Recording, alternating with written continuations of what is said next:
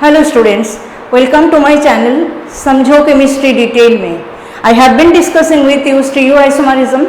In my previous video, I discussed with you geometrical isomerism with both square planar complexes and octahedral complexes. Today, I have taken optical isomerism, and optical isomerism, first of all, in order to study about optical isomerism, we should know about some terms.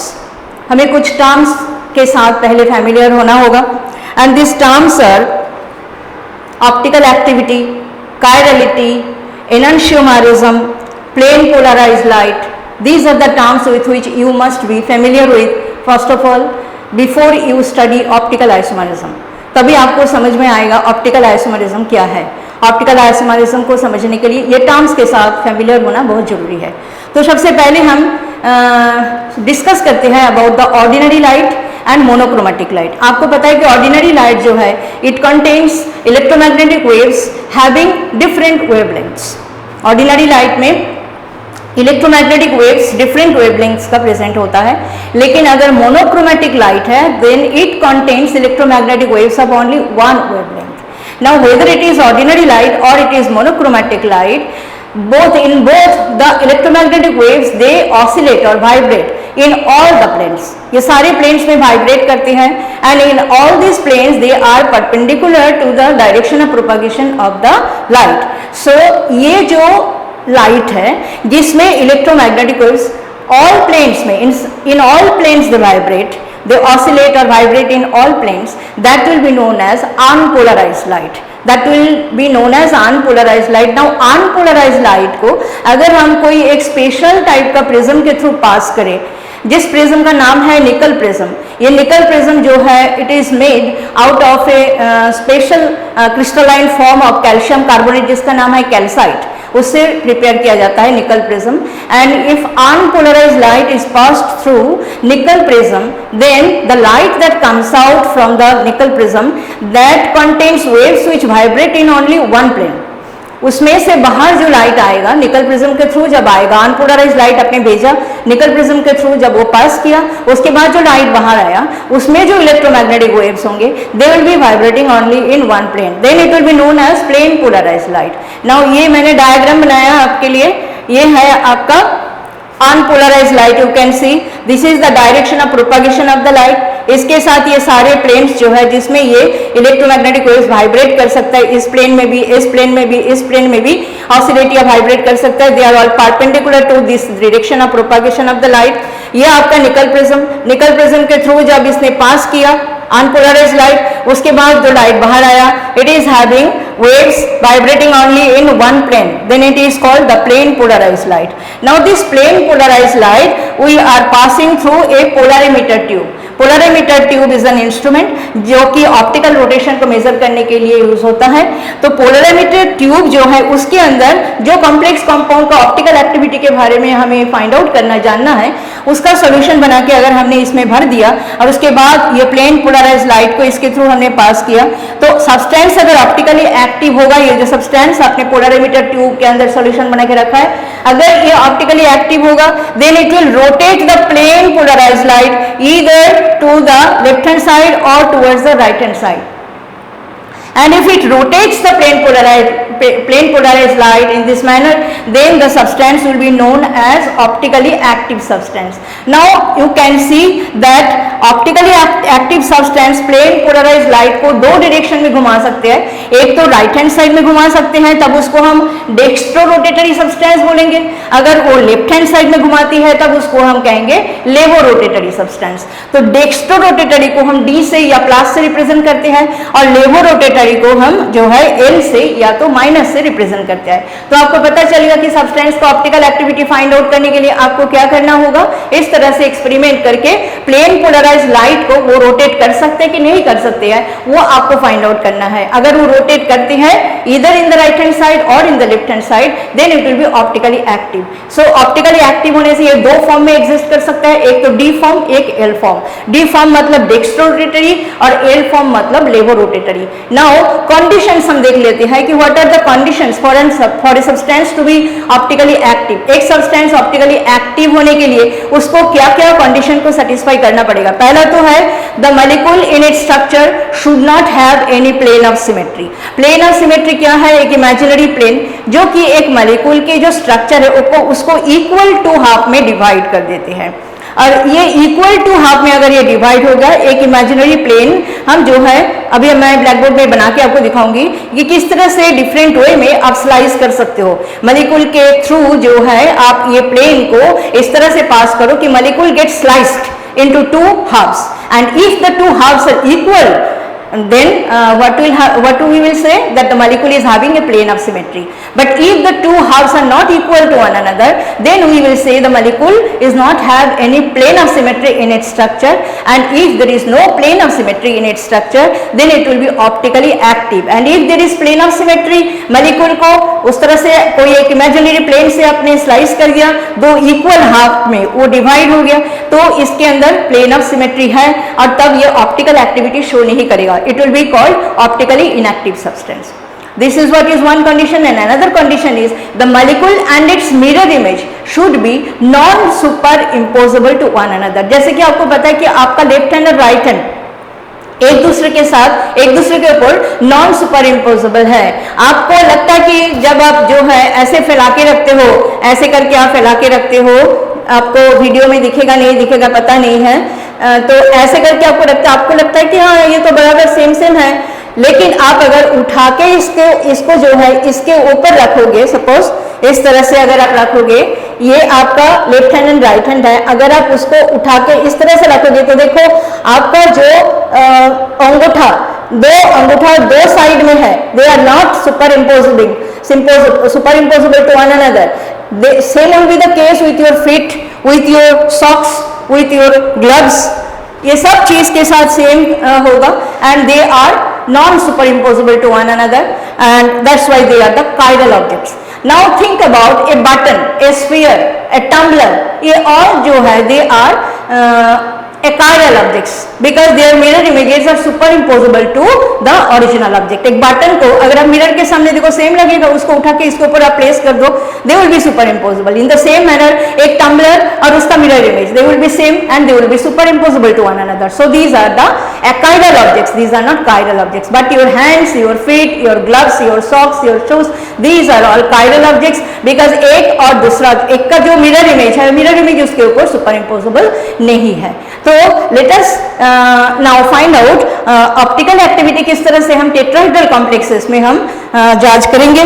तो हम tetrahedral complexes को सबसे पहले लेंगे. आपको पता है कि टेट्राहेड्रल कॉम्प्लेक्सेस मतलब the non planner geometry, if one two ligands are on the plane, one will be above the plane, another will be below the plane. It is a non-planar geometry. तो उसमें हम check करते हैं कि whether they exhibit optical activity or not, and if they exhibit, under what condition they will exhibit, and then under what condition they will not exhibit. तो पहले हम tetrahedral complexes को लेते हैं. What is the coordination number?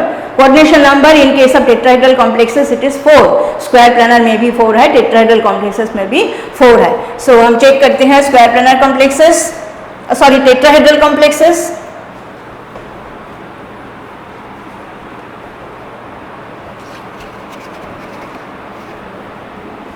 The first compound which we are taking, that is Ma4. The ligands are all same. Ma4. This is the complex. Now Ma4 का let us make the structure M A and A. And if you place it in front of the mirror,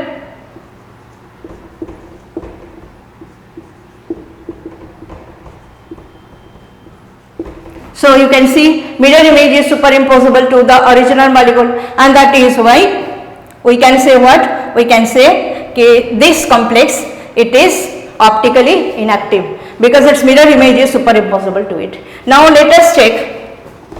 If we take all the 4 ligands different, say we take MABCD, ये आपका complex है। तो MABC and this is D। ये जो dotted line से मैंने दिखाया ये पीछे है, और इसका मिरर इमेज ये बनेगा CBD।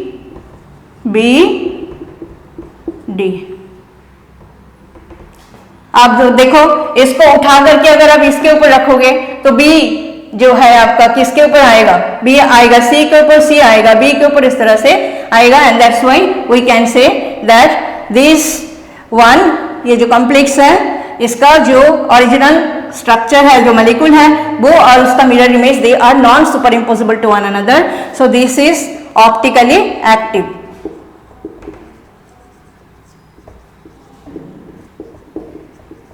अगर हम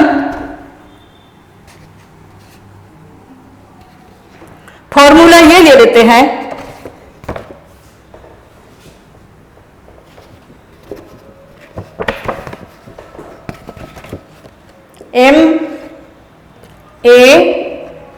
MAB2C, एक लिगेंड हमने दो ले लिया, इन दैट केस लेट्स सी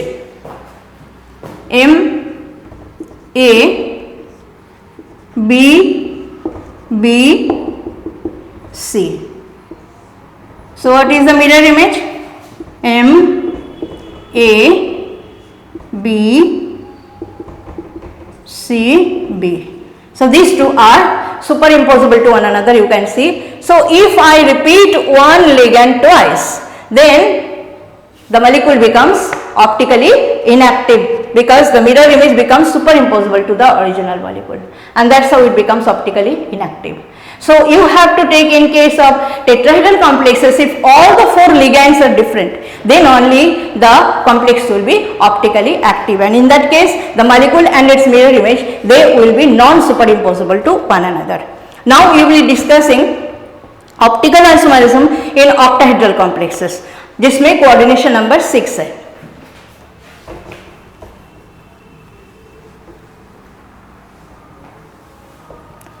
तो फॉर दैट सबसे पहले मैं आपको एक ट्रिक बता दूंगी जो कि बहुत बहुत इंपॉर्टेंट है। अगर आप ये ट्रिक को लर्न कर लोगे तो आप आसानी से जो है ऑप्टिकल आइसोमर्स के नंबर, ज्योमेट्रिकल आइसोमर्स के number and optically inactive isomer कौन सा होगा, everything you can tell but just by this tricks. So trick is this, if any pair has same ligands, जैसे कि A हो गया या B हो गया, और any two pairs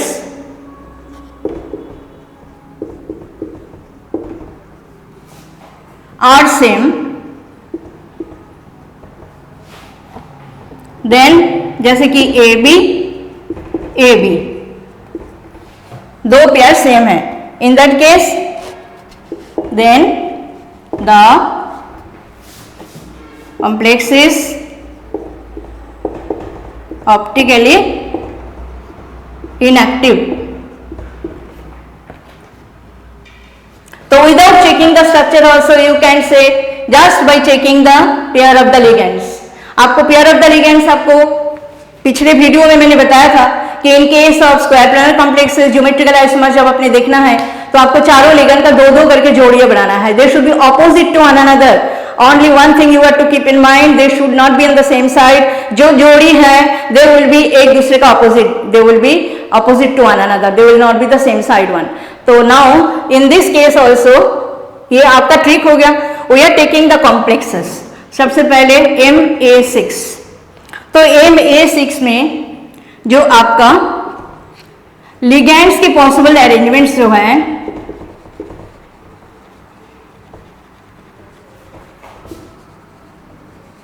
of ligands will be what, AA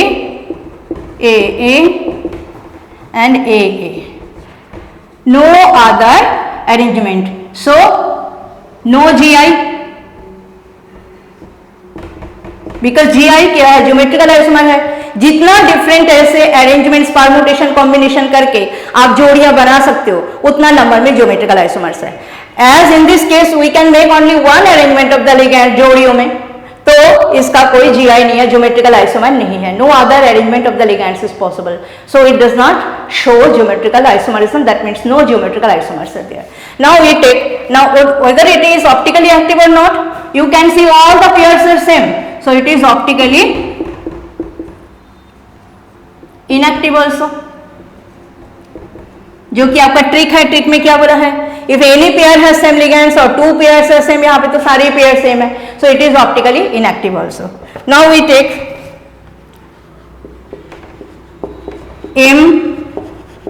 MA5B, so possible arrangements of the ligands will be what, AA, AB, no other arrangement is possible। आप जो है B और A को चेंज कर दो, B को किसी के साथ दे दो, same pairs will be formed, no different pairs will be form, मतलब no different arrangement is possible. So only one type of arrangement of the ligand जोड़ियों में जो है, पेयर्स में पॉसिबल है। So it will also not exhibit any geometrical isomerism, that means geometrical isomers will not be there, and in the same manner optical isomerism भी exhibit नहीं करेगा, because दो pairs जो है ligand का same है, so optically also it will be inactive। Our next complex is MA4B2।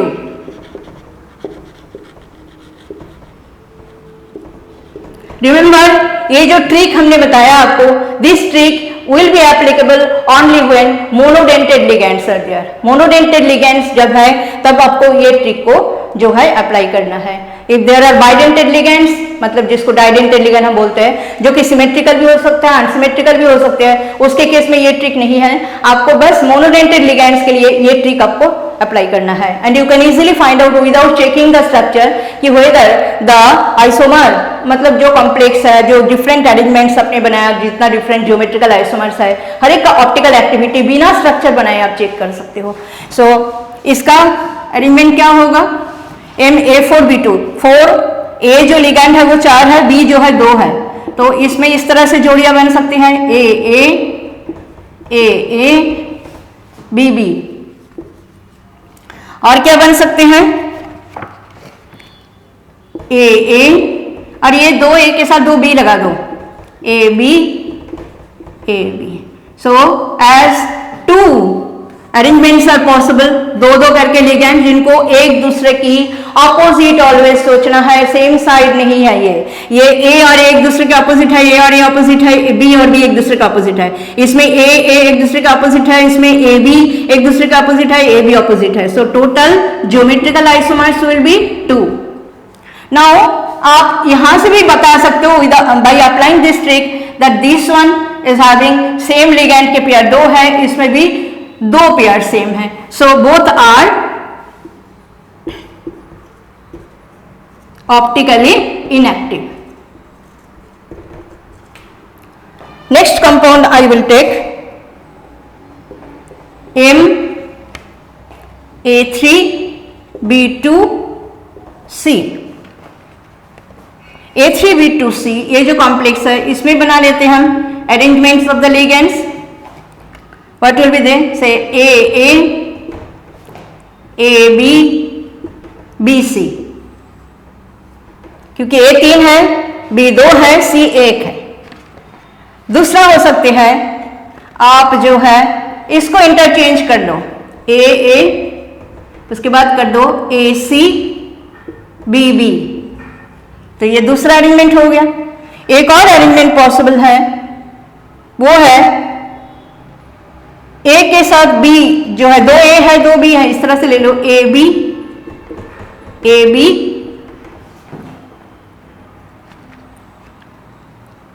AC। सो ये 3 arrangement possible है। So geometrical isomers will be 3 arrangements are possible.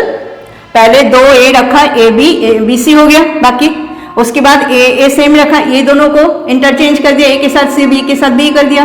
उसके बाद ये आपका बी 2 है, एक एक बी को एक एक ए के साथ ले लिया तो ए बी हो गया, बाकी बचा एक और ए, बिकॉज ये 3 है और एक सी है तो ए सी, ये 3 आपका ज्योमेट्रिकल आइसोमर बन गया। तो 3 ज्योमेट्रिकल आइसोमर में आप देखिए कोई ऑप्टिकली एक्टिव है क्या? इसमें देखो सेम लिगैंड के पेयर एक हो गया है, इसमें भी वही बात है, सेम लिगैंड के पेयर एक हो गया, इसमें 2 पेयर सेम है। So all are optically inactive.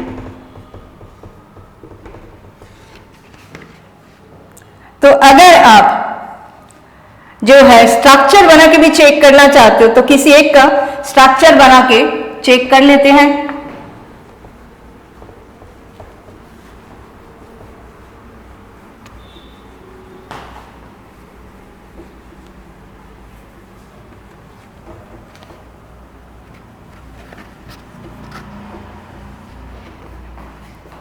Suppose हम ये ए बी वाला चेक कर लेते हैं।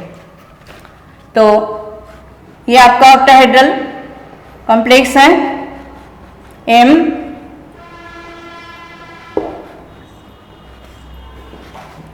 ए, ये वाला चेक कर रहे हैं, ये आपका नंबर 3, 1 2 3, हम नंबर 3 को चेक कर रहे हैं, ए बी एंड ए सी। सो इसमें प्लेन ऑफ सिमेट्री है कि नहीं वो चेक करने के लिए आपको जो मॉलिक्यूल है उसको कोई भी एक प्लेन से स्लाइस कर देना है। स्लाइस करने के बाद अगर वो 2 इक्वल जो है पार्ट में डिवाइड हो जाता है then we will say it is having a plane of symmetry. तो लेट अस सपोज हम ये वाला प्लेन को ले लेते हैं, ये वाला प्लेन को हम बीच में से चला देते हैं। तो ये वाला प्लेन को अगर हम ऐसे चला देते हैं तो आपका ये पूरा पार्ट जो है इसके निकल जाएगा इसके साथ, तो पड़ा रहेगा क्या, ये ऊपर का ये और ये नीचे का ये। तो इस तरह से तो हम देखते हैं इसमें नहीं है प्लेन ऑफ सिमेट्री। तो हम क्या करें, हमें तब इसको इस तरह से करना होगा, ऊपर का हिस्सा में रह रहा है ए, नीचे जो है सी, तो उस तरह से अगर हम इसको स्लाइस करें तो नहीं होगा।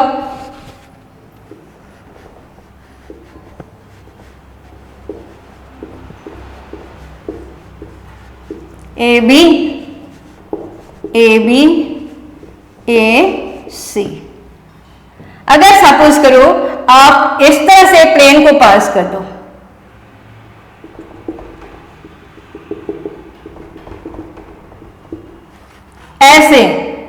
ऐसे बीच में से मतलब ऐसे काट दे वो, तो आपका जो जब ये प्लेन इस तरह से जाएगा इसके साथ ये ऊपर वाला नीचे वाला वो लेके चला जाएगा, पड़ा रहेगा क्या ये पार्ट और ये पार्ट, दैट मीन्स ऊपर का ए बी इक्वल हिस्सा equal part, that means it is having a plane of symmetry.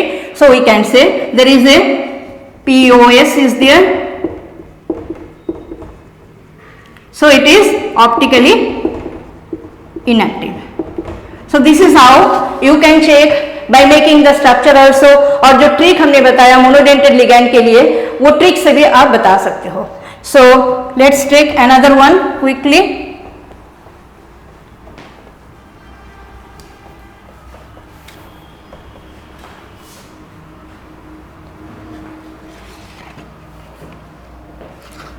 It is number 5 now, MA3 B3, this is the complex।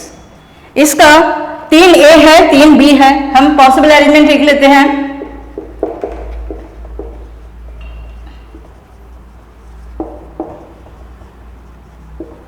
Of ligands,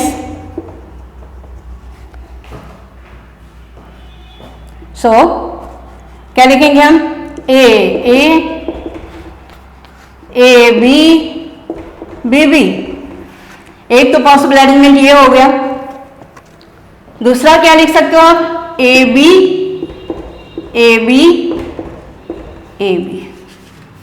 तो how many geometrical isomers are there, geometrical isomers are 2। तो इसके अलावा कोई और arrangement possible नहीं है। अब अगर ऑप्टिकल एक्टिविटी आप मोनोडेंटेड लिगेंड है, जो ट्रिक हमने आपको बताया कि कि if one pair is same ligand का पेयर है then it is optically inactive, two pairs are same then it is optically inactive. तो यहाँ पे देखो एक पेयर ऐसा आ गया ए, सेम लिगैंड का एक पेयर है और दो पेयर यहाँ पे सेम है, तो बोथ आर ऑप्टिकली इनएक्टिव। पर इसके लिए भी आप क्या कर सकते हो, आप स्ट्रक्चर बना के चेक कर सकते हो। So we can write both are optically inactive, ठीक है। तो स्ट्रक्चर बना लेते हैं हम।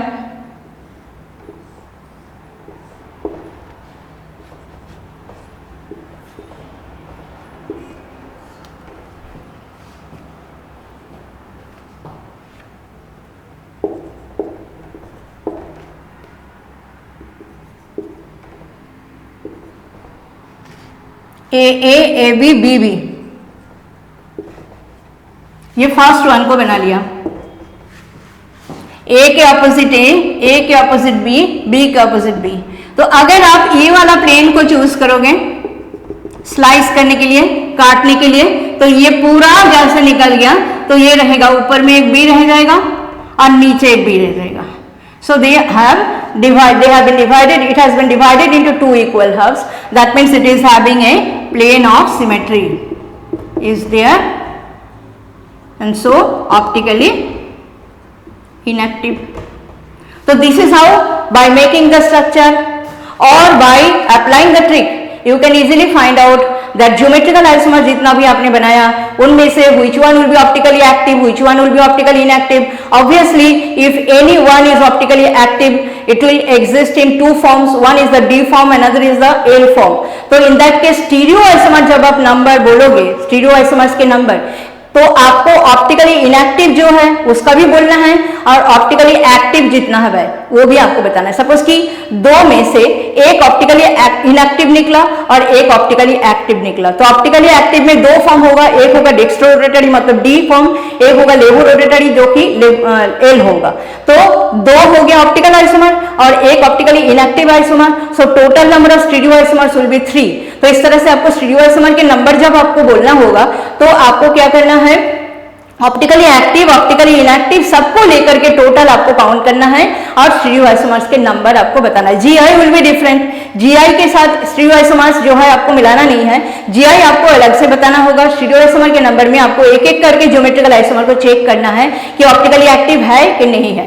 अगर है तो दो फॉर्म में एग्जिस्ट करेगा, एक होगा डी फॉर्म, एक होगा एल फॉर्म। दैट मीन्स दो ऑप्टिकल आइसोमर्स बनेंगे जिनको हम एक दूसरे का एनंशियोमर्स कहेंगे, तो उसके लिए दो गिना जाएगा और जो ऑप्टिकली इनएक्टिव है उनके लिए एक गिना जाएगा। एंड उसके बाद आपको सम टोटल करके नंबर ऑफ स्टीरियो आइसोमर्स बता देना है। सो नेक्स्ट वीडियो में हम कुछ और कॉम्प्लेक्सेस को लेंगे, ऑक्टाहेड्रल कॉम्प्लेक्सेस को, और उनके जीआई मतलब ज्योमेट्रिकल आइसोमर्स के नंबर्स कितने होंगे वो हम देखेंगे और एक एक का हम चेक करेंगे whether they are optically active और not, and total number of stereoisomers कितने होंगे ऑप्टिकली एक्टिव, ऑप्टिकली इनएक्टिव मिला के हम डिस्कस करेंगे in my next video. So again the request is same, please subscribe this channel and thank you for watching.